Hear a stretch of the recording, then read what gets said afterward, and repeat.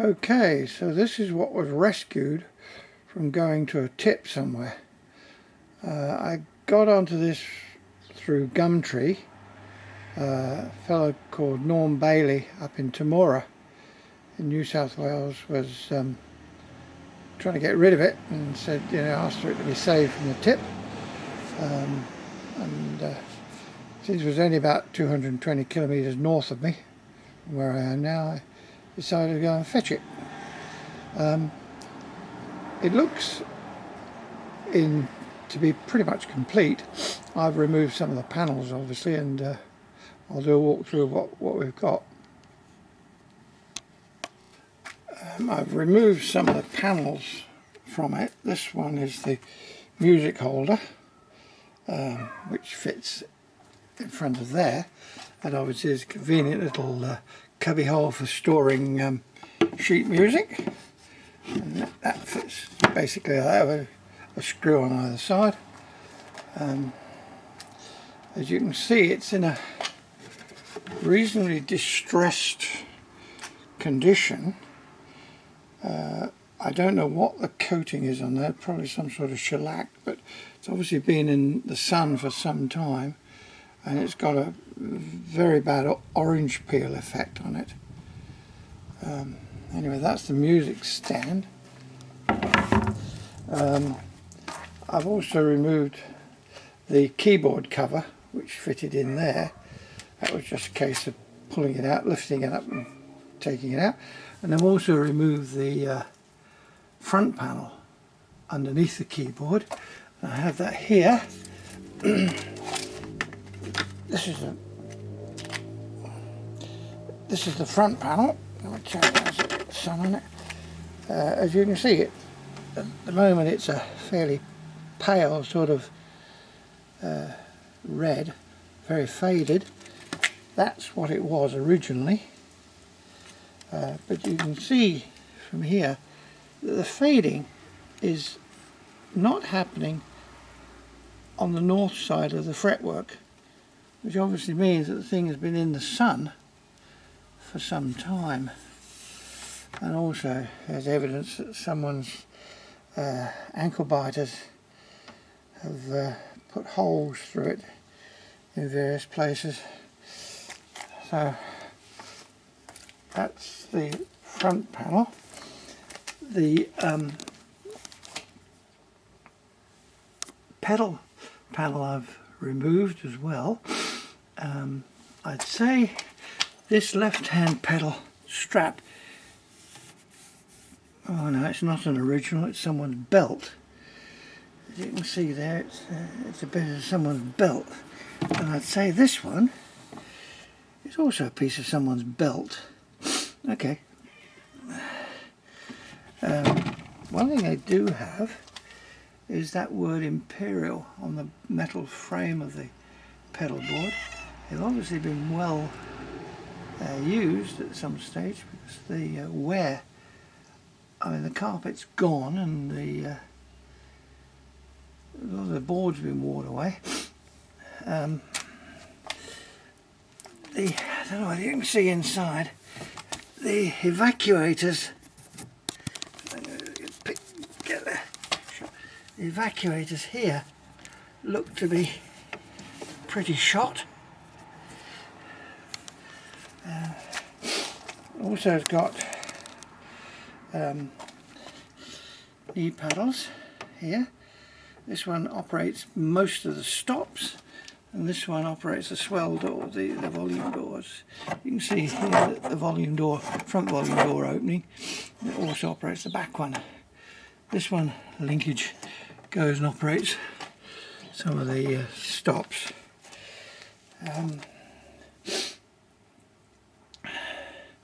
Keys all seem to function.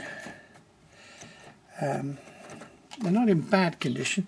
Someone was starting to lift here, but a little bit of glue will fix those. There's one with a crack across it there.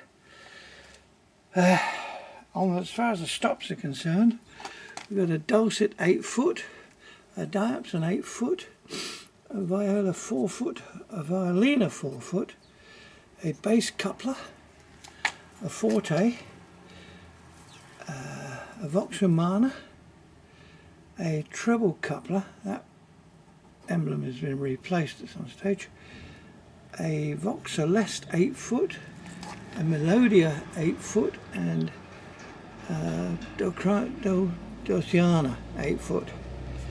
I think this is the manufacturer of it, the Imperial Organ Company of Canada, and it was probably imported into Australia or New Zealand by these people, the Dresden Piano Company. I can't find much out about the Imperial Company. Also notice that on the pedals, the word Imperial appears on the pedals. Okay, resuming after a battery change, because the other batteries totally had it. The Imperial Organ Company of Canada obviously have some gold medals there, but I can't find much out about the Imperial Organ Company. There doesn't appear to be much on the internet about it.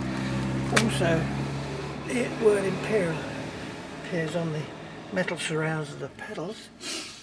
The Dresden Piano Company, which appear to have been the importers into either New Zealand or Australia, they actually changed their name in 1915 to the Bristol Piano Company, mainly because of the German connection with Dresden and the First World War.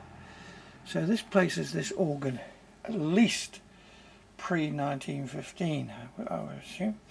There is a serial number on the back, which I will show in a minute. Now, as you see here, these cheeks have been removed, mainly so that I could have a look inside it. As you see, there's a bit of a problem here with a crack. This key was sticking against the cheek, but we've freed it up now. And the cheek on the other side is missing. Sorry, the cheek on the other side is off. I've got it. It's just taken off. On the knee pedals, that one has got a piece of timber on it, which obviously is there. This one has no timber. I'm suspecting it's gone missing. I don't know. I'll have to have a look more detail inside and see what goes on. As far as the cabinetry is concerned, it's obviously, the surface has obviously seen better days. Again, I think a lot of this is sun exposure. Down there, where that mark is, should be fitted that, and a similar one on the other side. That's obviously for holding a lamp whilst you're playing.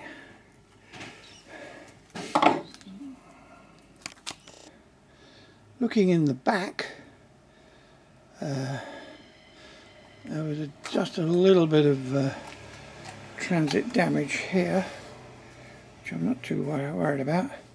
There's obviously something missing here. There was some sort of fiddle rail, I think, because there are obviously screw holes along there where it was held on. The back is in fact in three pieces. One comes down to about here somewhere, and then it sits on top of another one which comes down to around about here, and then there's a bottom rail that goes across. Okay, pretty clean inside. Obviously this is the Vox-Humana. All seems to sort of work okay. The brake there, this obviously has been repaired at some stage. The Forte doesn't seem to do much. I'm sure that should be lifting up a lot more than it is. And I don't know whether it operates the front one at all. This is the the bass knee pedal, which obviously, as you can see, operates a good few of the stops, and the other one is down in there somewhere here and operates the volume doors. This is obviously where the problem is. That looks like timber. There have been repairs here at various stages. This repairs here, there's splits down here which are obviously going to leak. This is obviously an overflow. It looks very fragile, that leather. There is a serial number, A42370. If anyone knows, can give me any help on that, I'd be obliged.